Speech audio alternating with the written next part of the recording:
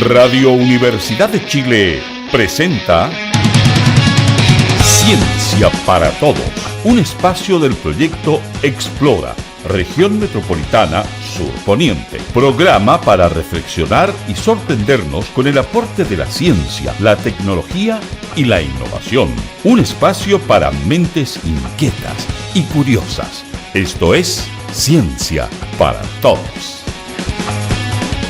Hola a todos y todas, bienvenidos y bienvenidas a nuestro programa Ciencia para Todos. Soy Lucía Núñez, parte del equipo Explora Sur Poniente, y hoy estaré, como todos los jueves, conversando con ustedes sobre temas importantes: la ciencia, la educación, los derechos sociales y la ciudadanía. Esto es Ciencia para Todos. Y como siempre, necesito hacer un saludo especial de parte de todo el equipo Explora, a quienes nos están escuchando en las 22 comunas que forman parte de nuestro territorio. Y estas comunas son Alhué, Buin, Calera de Tango, Cerrillo, Cerro Navia, El Bosque, El Monte, Estación Central, Isla de Maipo, Lo Espejo, Lo Prado, Maipú, María Pinto, Melipilla, Padre Hurtado, Paine, Peñaflor, Quinta Normal, San Bernardo, San Pedro, Talagante, y de manera muy especial en este capítulo quiero saludar a todas las personas que viven en Curacaví.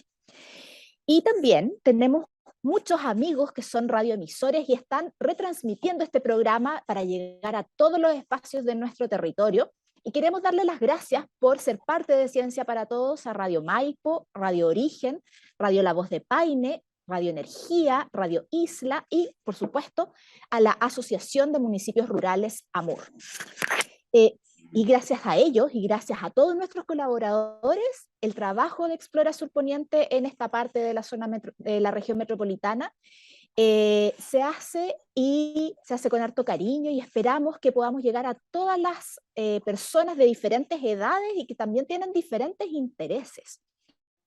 Y es por eso que en cada capítulo traemos invitados muy distintos que nos conversan sobre sus experiencias, y en particular en este jueves tenemos una alianza especial con una de las iniciativas que se llama Ciencia Abierta. Y en esta actividad nosotros hacemos charlas diversas, talleres, conversatorios sobre temas que tienen, por supuesto, su base en el conocimiento científico, y que también vamos combinando con otros saberes y con experiencias concretas que nos ayudan a enriquecer este conocimiento y acercarlo, por supuesto, a todos nuestros auditores y auditoras. Y en el mes de agosto, este es el mes de los niños y las niñas, y vamos a conversar sobre los derechos de la niñez y la ciudadanía. Para eso estamos con Jessica Pino. Ella es educadora de párvulos y directora de Sala Cuna y Jardín Infantil Las Araucarias de la comuna de Curacaví. Y además, ella es una activa participante del campamento docente y de otras iniciativas como el programa de indagación para primeras edades. Hola Jessica, bienvenida a Ciencia para Todos. ¿Cómo estás? Muy bien, gracias. Gracias por la invitación. Estoy muy contenta de la oportunidad que se nos da de poder conversar de ciencia, recalcando que nuestro estudiante más pequeño tiene 3 meses. Muchos pueden preguntarse ciencia a los 3 meses y yo les voy a decir sí, ciencia a los 3 meses. Entonces me gustó mucho esta invitación para poder compartir estas experiencias. Gracias. No, gracias a ti, Jessica. Y, por supuesto, para complementar toda esta experiencia, también tenemos una tremenda invitada. Ella es Ana Vergara, académica e investigadora de la Escuela de Psicología de la Universidad de Santiago de Chile, quien aborda estudios en temas como la participación infantil y la defensa de los derechos de infancia en el marco de la Convención Internacional de los Derechos del Niño del año 1989. Bienvenida, Ana. Gracias por acompañarnos este día jueves. No, gracias a ustedes por la invitación y tener esta posibilidad de conversar hoy día. Bueno, con estas dos invitadas, entonces quiero partir de lleno esta conversación, porque para nosotros las primeras edades son tremendamente importantes. Jessica recién decía que ciencia desde el momento en que nacen, y quería preguntarles a Jessica y a Ana, ¿qué entendemos por participación infantil en diferentes edades y en diferentes etapas de los niños? Ana, ¿qué me podrías contar al respecto? A ver, el concepto de participación infantil es por una parte polisémico y por otro lado polémico. ¿Qué quiere decir eso? Polisémico es que tiene varios sentidos y polémico es que hay un gran debate, una discusión, no hay un concepto único. A grandes rasgos uno podría decir de que hay dos grandes nociones de participación infantil, una que ha sido calificada como más liberal o más propia de una lógica más individual y que está presente en la convención principalmente, que es aquella que insiste en la posibilidad, por una parte, de ser informado, de ser consultado, ¿sí? Y también participar en la toma de decisiones. Y una segunda mirada sobre la participación es más propia de lógicas de culturas que enfatizan el colectivo, y algo que es muy interesante, está muy presente en los niños, en los estudios sobre cómo los niños ven la participación.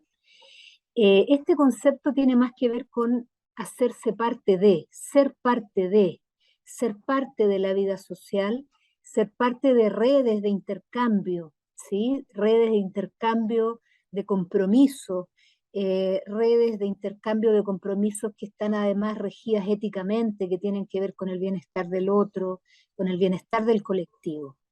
O sea, Eso en términos de Ana, los conceptos. entonces podríamos decir un poco que la participación es incluir a los niños y las niñas desde muy pequeños como parte de la sociedad, ¿no? Ellos están incluidos, lo que pasa es que su inclusión ha sido invisibilizada. Tenemos una idea de que los niños de alguna manera tienen que esperar hasta los 18 años, como si estuvieran en el intertanto en una nave espacial, digo yo, y de pronto bajaran a la sociedad.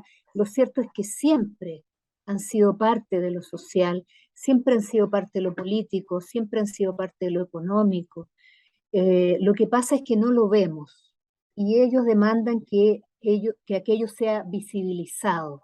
Una de sus grandes quejas es que los adultos no se dan cuenta de cuánto ellos hacen por ese colectivo, de cuánto ellos hacen por la familia, por las escuelas, y por otra parte son poco considerados en sus opiniones, en sus visiones y evidentemente escasamente considerados en la toma de decisiones en las distintas esferas.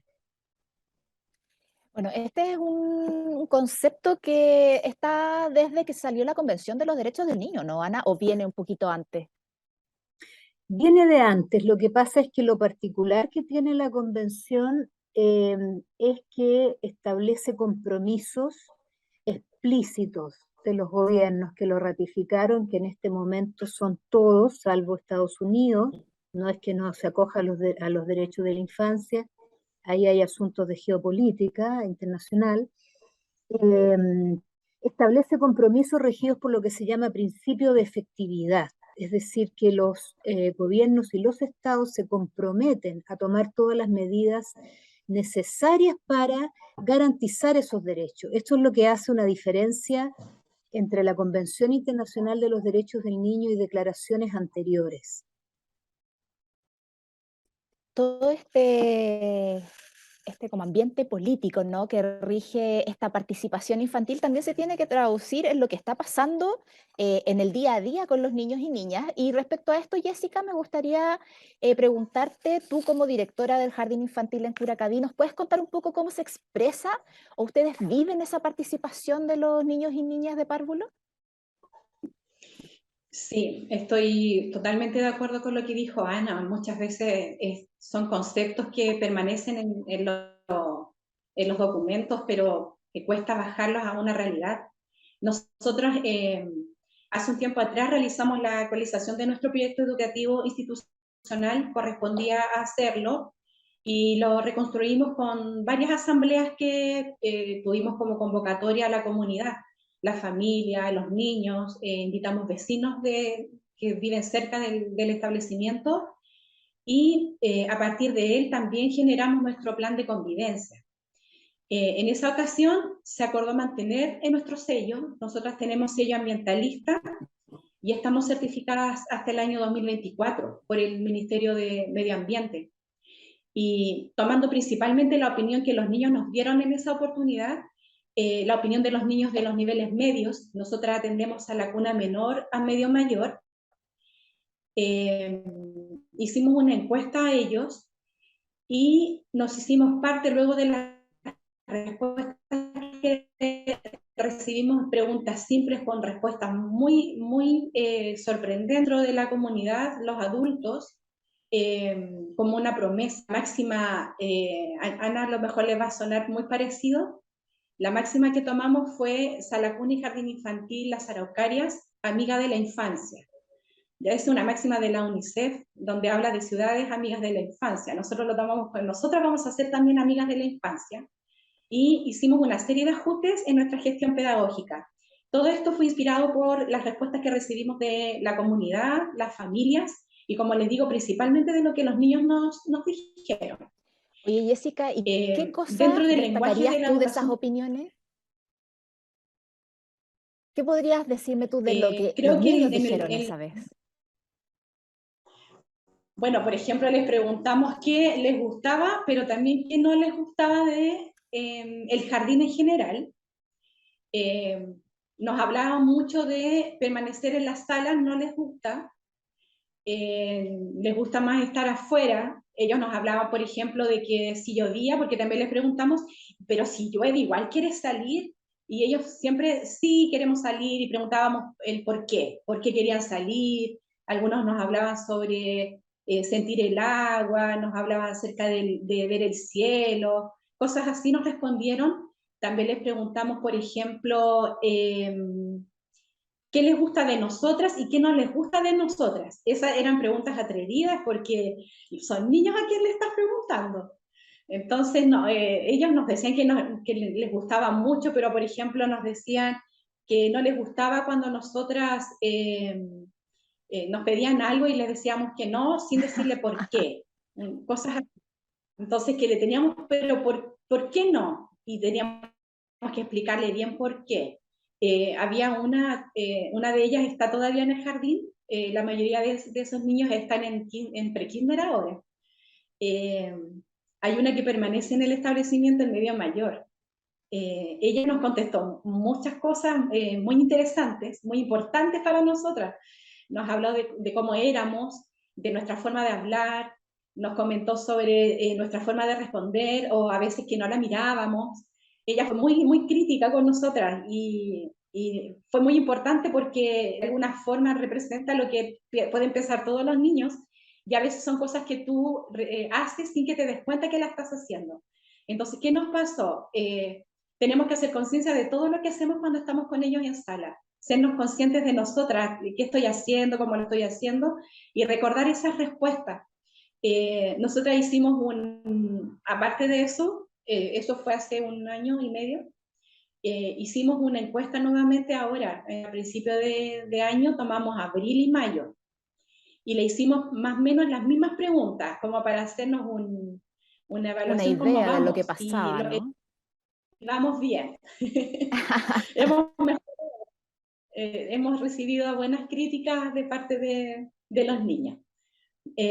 Ahora, respondiendo a lo que me preguntaste, nosotras tenemos, cada vez que tú analizas los documentos que se nos entregan, escuchas frases como lees frases niños protagonistas, el juego como estrategia, experiencias de aprendizaje innovadoras y desafiantes, escenarios de aprendizaje estimulantes. Entonces nos cuestionamos si lo estábamos haciendo, si esos conceptos estaban siendo reales dentro de la sala. El tema de la inclusión, algo muy, muy importante. Así Y es. tomamos la decisión de hacer ciertos cambios para poder llevar a la realidad todos estos conceptos, poder materializarlos. Entonces, ¿qué hicimos? Primero, mensualmente hacemos la consulta a los niños de cómo fue el mes. Hacemos una evaluación de cómo fue el mes, qué aprendimos durante el mes, qué les gustó, cuál fue la aplicación o la estrategia que más les gustó, se lo consultamos. Y también planeamos con ellos lo que vamos a hacer el mes siguiente. Les hacemos propuestas donde ellos opinan, el espacio donde quieren realizarlo, qué materiales les agrada, si les gusta más estar solos o en grupo, les consultamos todo eso. Y aparte, Jessica, entonces, las actividades que ustedes están haciendo están como en constante adaptación, ¿no? Sí, sí. ¿Y, De hecho, les ha costado hacerlo? ¿Ha sido fácil o ha sido un poco complejo? fue complejo atreverse. Fue complejo porque estás como, eh, piensas, ¿cómo voy a aplicar este objetivo para lo que ellos me digan? Empiezas a enredarte solo, te enredas solo con esto. Claro. Sin embargo, cuando tú separas esto, lo que los niños desean, lo que opinan, lo que ellos quieren, y después tú lo fusionas, si no lo mezclas, lo fusionas, salen cosas muy bonitas, muy entretenidas y al mismo tiempo muy educativas. Ya Oye, se qué logra el objetivo. bonito. Sí, y es fácil. Nos enredamos Sí, nosotros porque nos enredamos como niños, seguimos como así es, adultos. los adultos nos Y la clave complicamos mucho más, es, ¿no? sí, entonces nosotros relevamos el juego durante toda la jornada. Ya ellos están jugando todo el día. Como dicen por ahí que juegan todo el día, sí, todo el día están jugando, pero esos juegos están basados en un trabajo absolutamente profesionalizado por las educadoras. Está pensado el objetivo, cómo vamos a evaluarlo, pero ellos están libres. Ellos hacen la actividad en el lugar y la forma en que quieren hacerlo, y nosotros solamente presentamos las experiencias de forma lúdica. Le presentamos un espacio donde ellos pueden jugar y nosotros al mismo tiempo logramos el objetivo de enseñar y evaluar. Y Qué la evaluación es mutua linda, y no ha qué sido linda difícil, experiencia, Jessica. no Mira, ha qué linda sido difícil. experiencia, porque es un llamado también a otros jardines infantiles a que puedan promover esta participación, a tomar en cuenta la opinión de los niños y las niñas. Y a propósito de participación, el programa de hoy es especial porque invitamos a algunas personas a que quisieran sumarse a esta conversación, y algunos docentes de la comuna de Loprado nos han mandado algunas preguntas para ustedes. Así es que quiero dejarlas con la educadora de la comuna de Loprado. Ella es Francisca Muñoz y tiene una consulta para Ana Vergara. Así es que les pido que la escuchemos para ver qué nos dice Francisca. ¿Qué es lo esencial para el bienestar de los niños y las niñas? Ya, yo soy Francisca Muñoz, educadora de párvulo, trabajo en Colegio de Dagoberto Godoy en un nivel pre-kinder. Bueno, ahí teníamos la pregunta entonces de Francisca. Ana, ¿qué le responderías? Estás en silenciado, Ana. Muchas gracias, Francisca. Es una pregunta muy importante. Hay mucha discusión al respecto. El concepto de bienestar es un concepto complejo, eh, tan complejo como para los adultos, es decir, qué requerimos para sentirnos bien implica distintos aspectos de nuestra vida personal y social. Dentro de eso, evidentemente, está todo el tema de los derechos sociales, sin duda, ¿no? Es decir, países como el nuestro que tienen una enorme deuda en materias de derechos sociales, de salud, de educación, de vivienda, de alimentación, etcétera, de seguridad pública. Eh, y entonces ese es un elemento a considerar. Luego, hay todo un otro aspecto que tiene que ver con nuestro vínculo con las instituciones, ¿no? Eh, los organismos que pueden ser, en el caso de los niños, las familias, la escuela, el entorno barrial, también pensado como algo que no es meramente espontáneo, sino también organizado, ¿no? Eh, y en esas esferas los niños necesitan sentirse básicamente respetados, considerados, sentir que son un aporte ellos también, ¿no? Es muy erróneo esa idea de niños egoístas, solo centrados en sí mismos. Toda la investigación que nosotros hemos realizado enfatiza justamente que los niños están continuamente pendientes de cómo contribuir a la vida colectiva, en las escuelas, en las familias, etcétera, y también en los barrios y también en una toma de decisiones más amplia, ¿no? Y en ese sentido también, además de ser respetados, de ser considerados, de sentirse parte de, como interlocutores válidos, como miembros legítimos, como miembros valorados, los niños requieren establecer relaciones significativas con los adultos y con sus pares, ¿no? En el caso de la escuela, muchas veces se tiende a enfatizar demasiado, es necesario, pero se olvida un poco que las relaciones significativas de los niños no son solo con los adultos, con los profesores o con los directivos u otras personas que están en la comunidad escolar, sino también con sus propios pares. Dificultades con los pares, sentirse rechazado, sentirse violentado, etcétera, sentirse no integrado por parte de los pares puede hacer de la experiencia escolar, tanto preescolar como en la escuela básica, una experiencia extremadamente dura y frustrante para los niños, ¿no? Y en ese sentido yo diría que a grandes rasgos el bienestar de los niños no es demasiado distinto de lo que requerimos los adultos en términos de bienestar, solo que a veces los escenarios son un poquito distintos. En ese sentido, Ana, ¿cómo les podrías decir a las educadoras, incluso a los cuidadores de los niños y las niñas, que tengan ojo en algo puntual, algún tip que tú les puedas entregar para que este bienestar sea lo más adecuado posible? Yo pienso que el mejor tip que yo podría dar es tratar de revisar nuestros propios supuestos.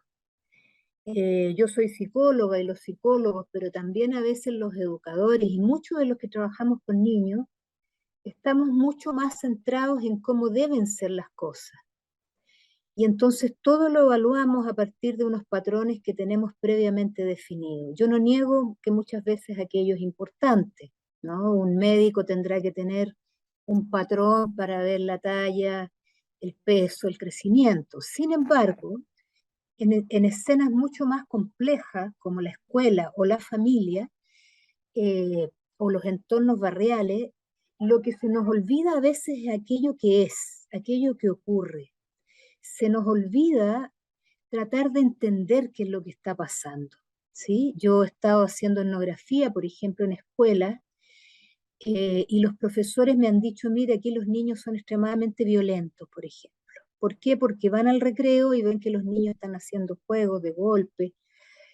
Y cuando tú hablas con los niños, y eso es lo que nosotros hemos hecho, te das cuenta que esos juegos de golpe están extremadamente regulados y son muy simulados, por ejemplo. Hay una simulación de golpe, incluso a veces simulan hasta el dolor, ¿no? Eh, y tienen una serie de reglas a través de las cuales ellos se avisan cuando se está pasando de la raya, por ejemplo, ¿no? Cuando el otro te está produciendo un daño. Lo mismo con los riesgos que asumen los niños que se paran arriba de algo, no sé qué. Ellos tienen formas colectivas de regular esos riesgos, analizan los riesgos, ¿no? O en la relación con los profesores, a veces un niño puede tener una reacción fuerte.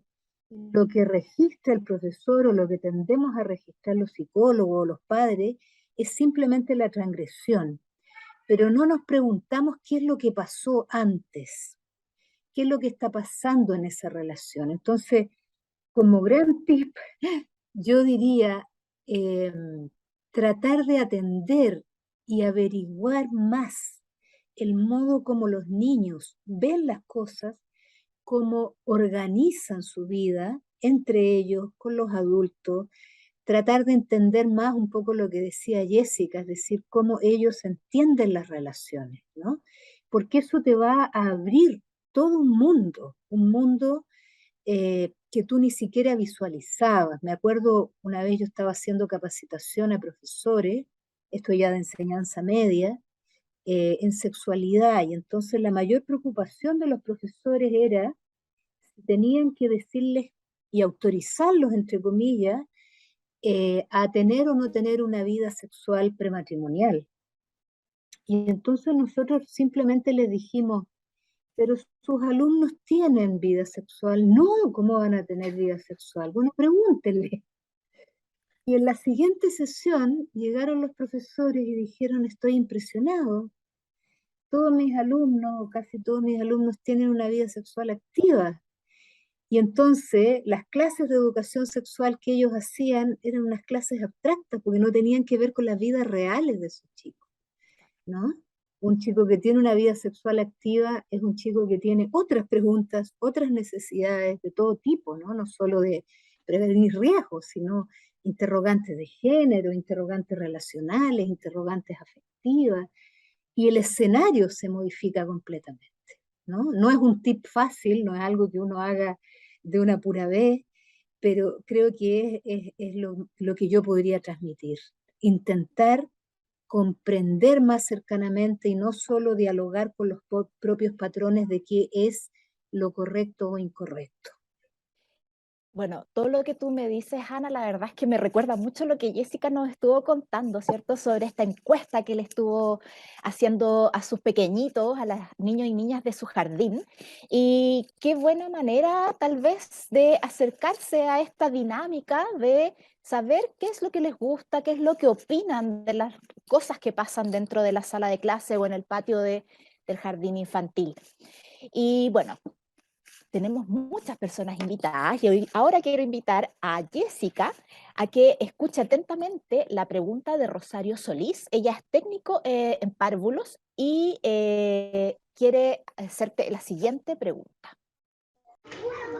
¿Qué herramientas podemos ocupar para trabajar e interculturalizar a los niños de básica, prebásica, más que nada? Mi nombre es Rosario Solís y soy técnico en párvulos. Jessica. Interculturalizar. La palabra es más profunda que simplemente decir interculturalidad. ¿Ya? Es un llamado a conciencia, me suena como hacer conciencia dentro de la comunidad. Interculturalizar, como decía la pregunta. Nosotras acá tenemos una gran diversidad, ya tenemos familias de distintos países y también aquí dentro de nuestros pueblos originarios tenemos familias mapuche, aymara, y bueno, tenemos muchas familias de Haití, Venezuela, Colombia, de Brasil, de Cuba. Ya tenemos, es un mundo chico dentro de este establecimiento.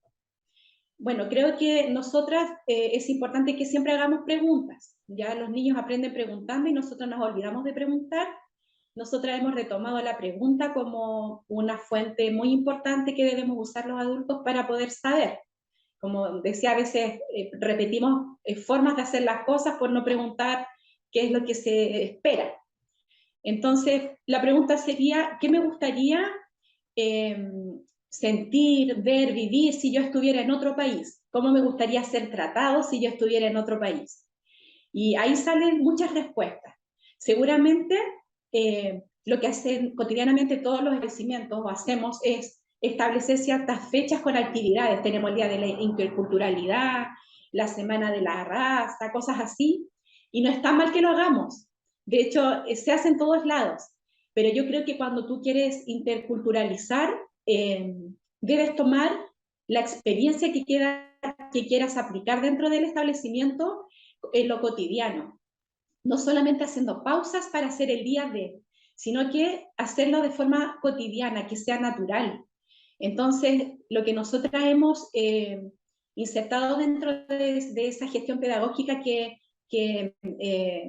estuvimos haciendo las consultas con las familias, fue poder lograr que la interculturalidad fuera fluida dentro de las salas. Nosotras tenemos nuestras bases curriculares de educación parvularia y generalmente cuando queremos hacer este tipo de actividad vamos a lenguajes artísticos y nos enfocamos como hay que hacer interculturalidad y veamos un objetivo de lenguaje artístico. Y no es así solamente, lo podemos hacer con todas las bases curriculares, con todos los ámbitos y los núcleos que las bases nos ofrecen.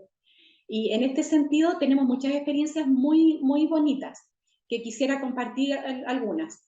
El diálogo es nuestro principal aliado, el diálogo con los niños y con las familias. Hay instancias de la jornada en que tú escuchas música, muchas veces te da con una sola forma de música y no debes hacerlo así, debes hacer esa variedad de música, utilizar en tu sala en esas instancias de comer, cuando los niños van a descanso. Las nanas que se cantan para hacer dormir pueden ser de cualquier país de los que están presentes. Puedes cantar una nana en haitiano, puedes cantar una nana típica de Venezuela o de Cuba, no solamente las que nosotras tenemos, los cuentos. A nosotras se nos ofrecen cuentos para poder aplicar durante el año, y no necesariamente debes hacerlo tal cual. Puedes moverte, la educación es flexible. Puedes tú buscar un cuento de otro lugar, de otro país, puedes pedirle a un padre que lo venga a contar, y así tú aplicas comunicación integral en toda su magnitud. Y hay una experiencia, por ejemplo, cuando hacemos lenguajes artísticos, conocer las banderas, los colores, la comida, lo puedes hacer. Yo recuerdo una experiencia muy, muy buena que planteó una educadora en pensamiento matemático. Ya era, voy a hacer pensamiento matemático. Y ella quiso enseñar ahí las nociones y cuantificadores. Entonces, su experiencia, ella colocó un mapa grande donde estaba Chile con su bandera, y colocó un collage con la cara de los niños de la sala, que eran chilenos. Y ubicó, por ejemplo, Haití, y colocó la bandera de Haití y los niños haitianos del nivel, y así lo hizo con cada niño y su nacionalidad dentro del nivel. Y les enseñó respecto a Chile cuál estaba más cerca, cuál estaba más lejos, cuál estaba arriba de tal país, cuál estaba abajo, cuál estaba al lado. Enseñó los cuantificadores, lateralidad, enseñó todo utilizando la interculturalidad en una actividad de pensamiento lógico, matemático. Entonces, a veces nosotros nos enfrascamos, como decía, en repetir lo que se ha hecho siempre. Así Y es. hacemos estas jornadas, y lo podemos aplicar en todos los ámbitos de aprendizaje. Formación ciudadana te da tanta oportunidad de poder interculturalizar y hacer. Es una linda experiencia, ¿cierto? Porque ustedes tratan de que sea algo, como tú muy bien decías, de todos los días, y no algo especial, algo que pasa una vez o dos veces en el año, y es algo, y normalizarlo, ¿no? Todos somos parte de esta comunidad, y que vayan ellos a conocer a sus compañeros a través de sus experiencias y de dónde viven, cómo son las banderas. Creo que es una bonita forma de educarlos y de incorporarlo, ¿cierto?, en esta cotidianidad.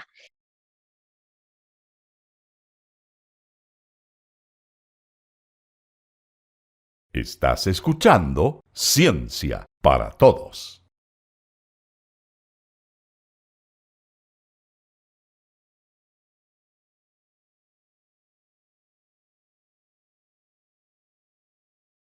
Estás escuchando Ciencia para Todos.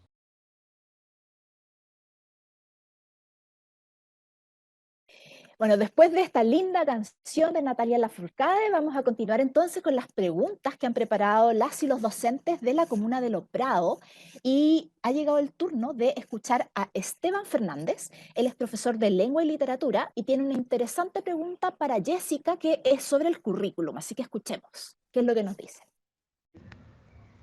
Hola, soy Esteban Fernández, profesor en Lengua y Literatura, y la pregunta es, ¿cómo en términos curriculares se abordan los derechos del niño? Qué interesante pregunta, ¿no, Jessica? Sí. Bueno, en el currículum se adoptó el término enfoque de derechos. Esta es una articulación entre la Convención de los Derechos de los Niños y la Declaración de los Derechos Humanos, y se combina en que esto, los niños y los adolescentes son derechos humanos. Ya antes se separó, ahora el enfoque de derecho pretende defender los derechos humanos de los niños también. Y aquí entran todos los derechos que los adultos tienen, el de opinar, de derecho a decidir, a tomar decisiones con la comunidad. Esa es como la gran diferencia. En este punto, la educación es un derecho irrenunciable, y también se le reconoce como un medio para poder lograr otros derechos. Entonces, todos los que pertenecemos a este sistema, los educadores, los docentes, los sostenedores, los legisladores, todos somos garantes de estos derechos. Tenemos la responsabilidad de garantizar a los niños estos derechos.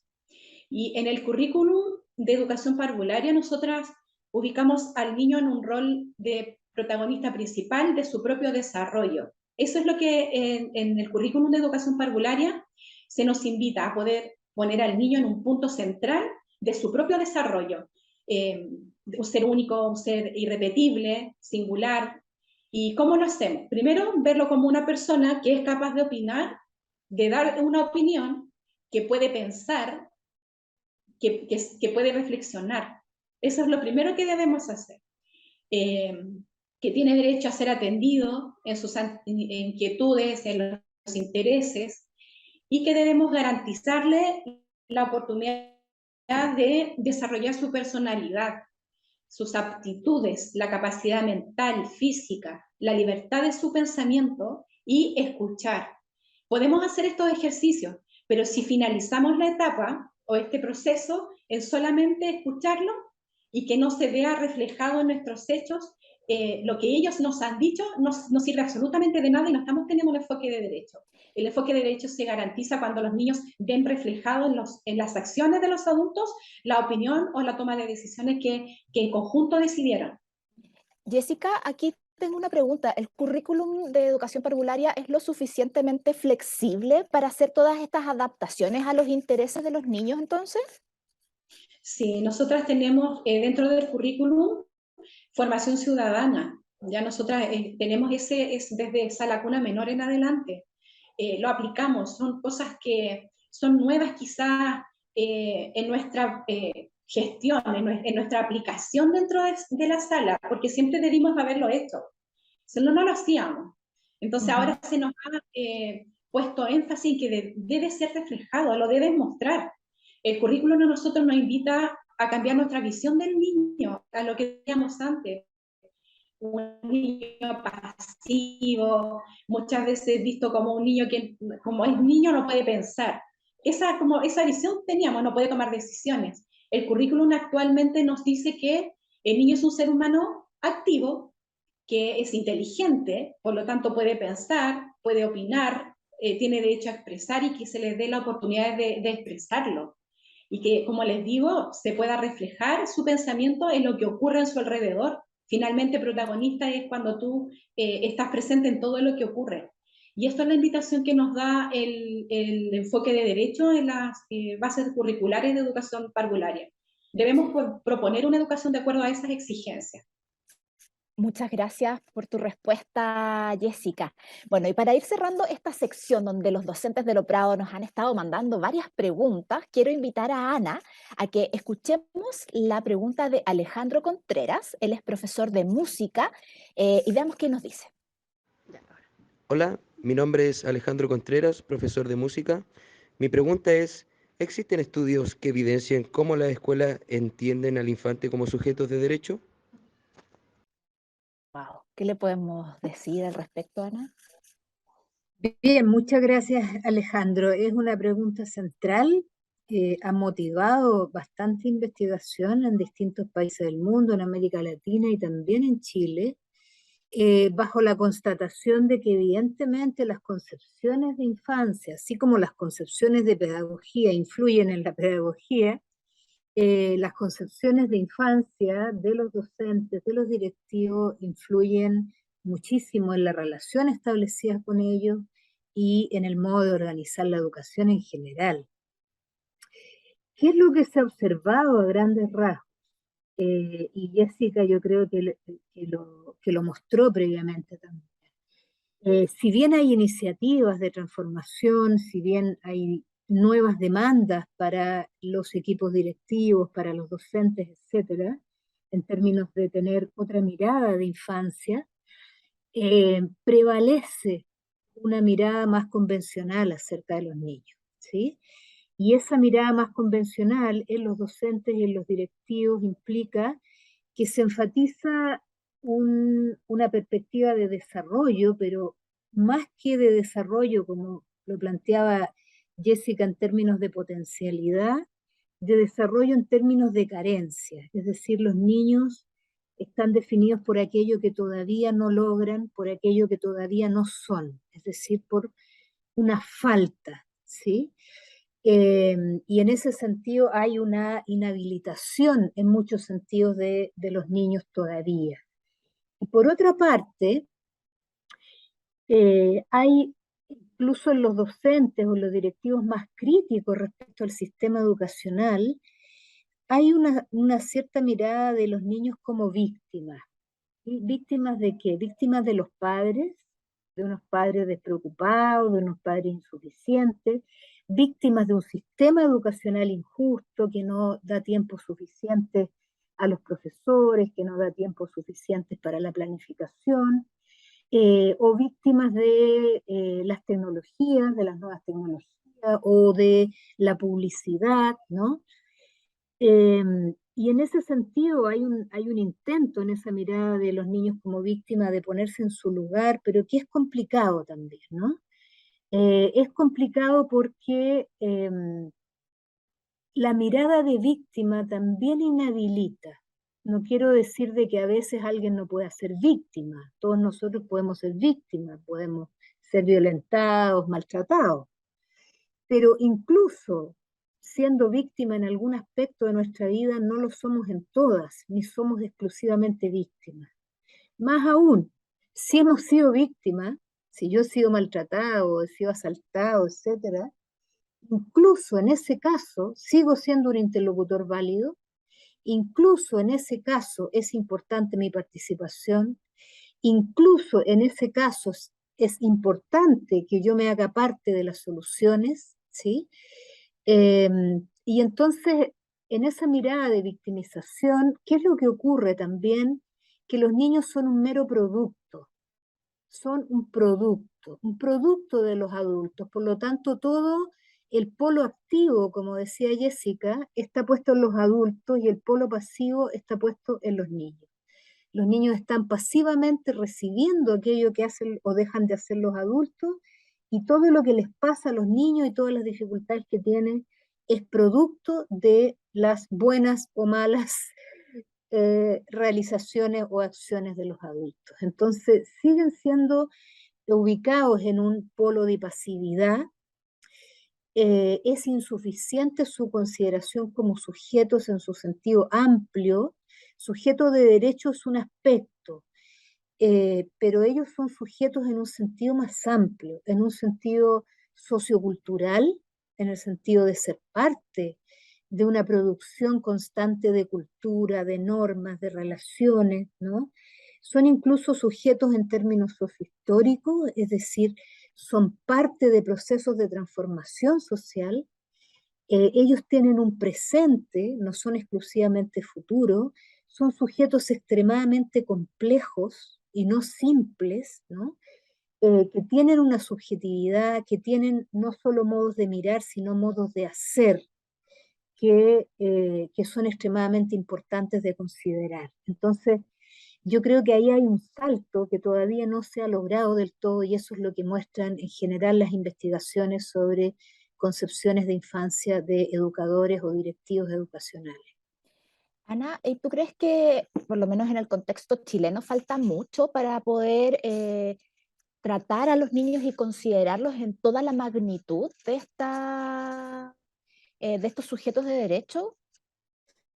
Falta, y falta tiempo también, porque estos procesos toman tiempo. Por ejemplo, si uno compara con las transformaciones en materia de género, están mucho más avanzadas. Todavía son insuficientes, pero están más avanzadas. ¿Y por qué están más avanzadas? Porque han tenido más tiempo también, ¿no?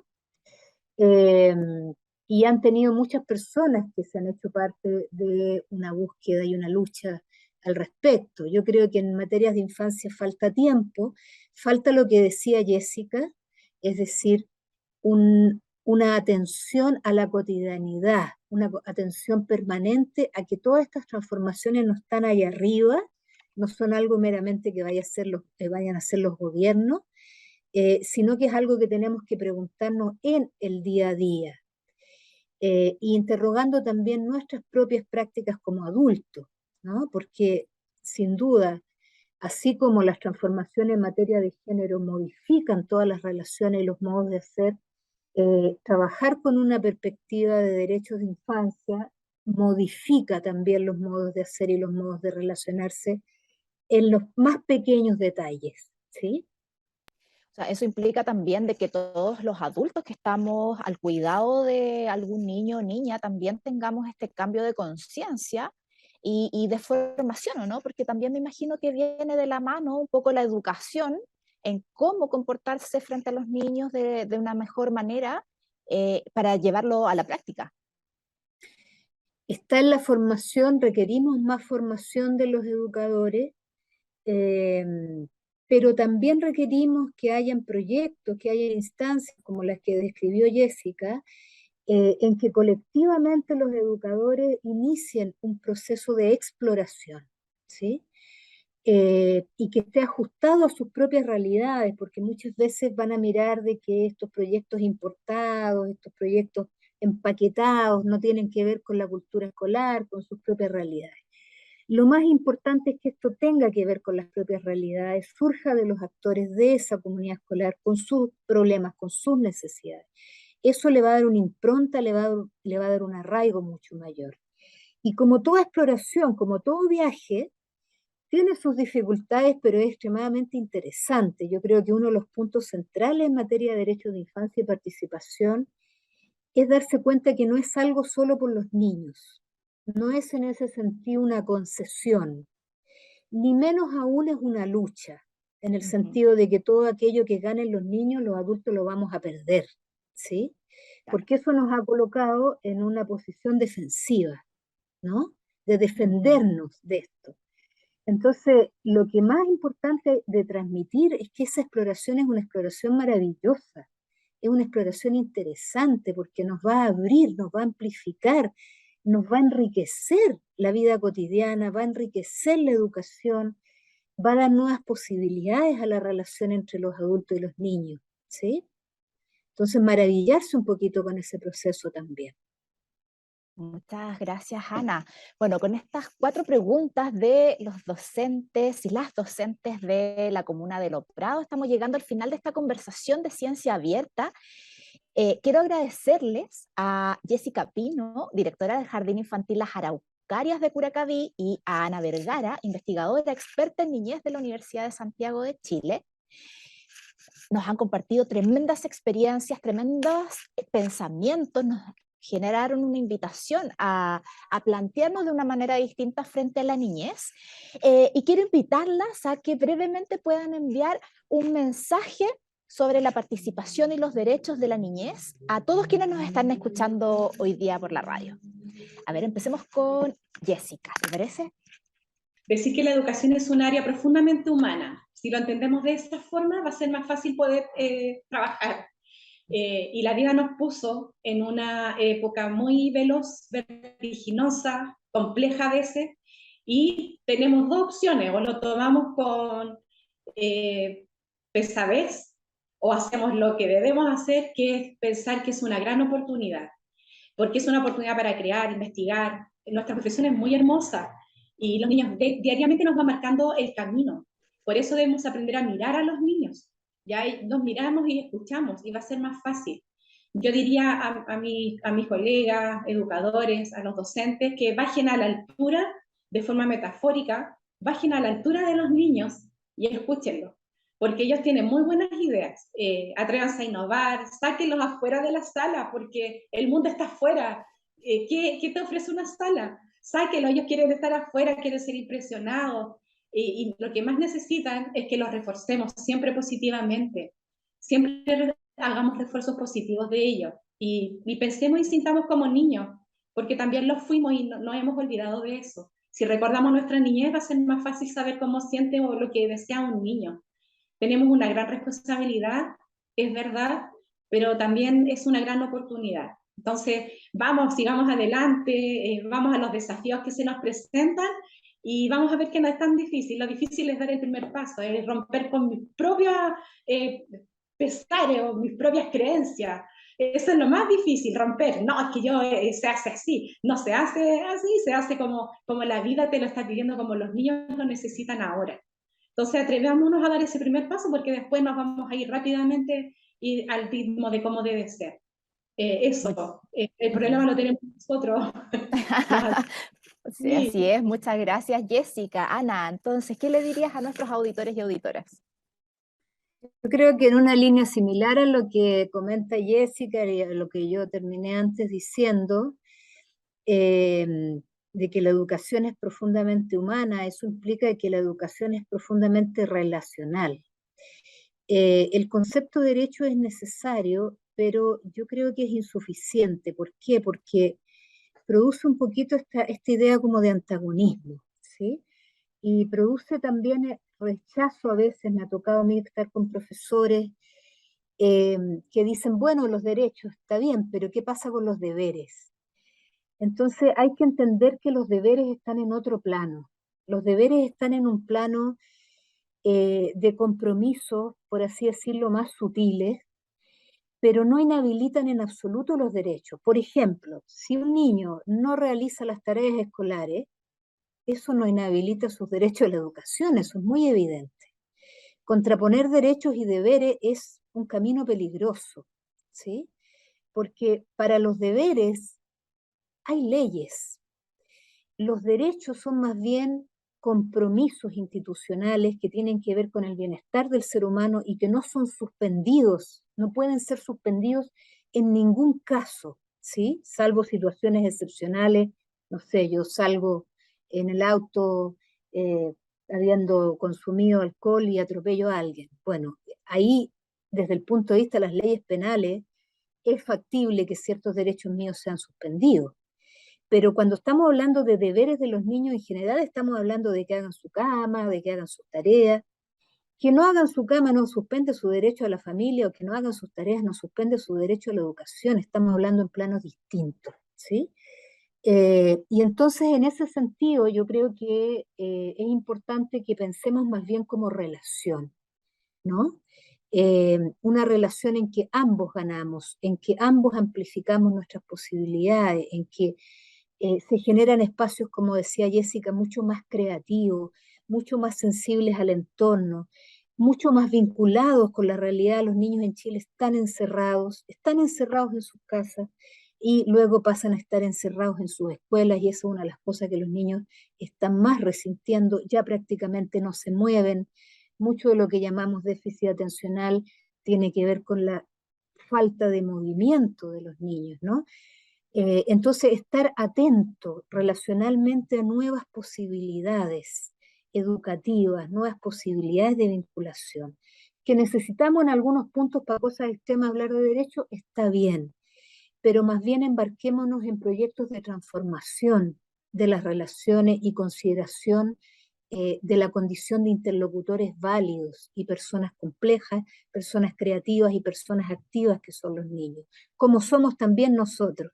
Nosotros no vamos a perder nada, no vamos a dejar de ser activos, ni vamos a perder ningún respeto, ni vamos a perder ninguna autoridad, porque todo nos muestra, y nuestras investigaciones nos muestran, que para los niños la autoridad de los adultos es fundamental. Ellos no están demandando que los adultos pierdan autoridad. Lo que están demandando son autoridades justas y autoridades sensibles, que es muy distinto. Muchas gracias, Ana. Bueno, dos tremendas reflexiones sobre la participación, sobre la niñez. Quiero agradecerles nuevamente por haber compartido con nosotros en Ciencia para Todos, Jessica, Ana, y con la invitación que estas dos tremendas invitadas hacen a atreverse a mirar a los niños de una manera distinta, como seres completos, como seres opinantes, e incorporarlos dentro de esta cotidianidad y de nuestras relaciones interpersonales como personas completas, ¿cierto? Es que queremos dar terminada esta nueva sesión de Ciencia Abierta. Así es que para todos quienes nos han estado escuchando, les agradecemos habernos escuchado en la tarde de hoy. Nos volvemos a ver el próximo jueves en otro capítulo de Ciencia para Todos, entre 6 y 7 de la tarde, por Radio Universidad de Chile y la red de radios comunales y locales que nos acompaña. Y recuerden que siempre nos pueden encontrar en las redes sociales como Explora Sur Poniente, en Instagram, Facebook, Twitter y también en TikTok como Ciencia Poniente. Así es que muchas gracias por habernos acompañado y nos encontramos la próxima semana. Radio Universidad de Chile presentó Ciencia para Todos, un espacio del proyecto Explora, Región Metropolitana Sur Poniente. Programa para reflexionar y sorprendernos con el aporte de la ciencia, la tecnología y la innovación. Un espacio para mentes inquietas y curiosas. Esto fue Ciencia para Todos.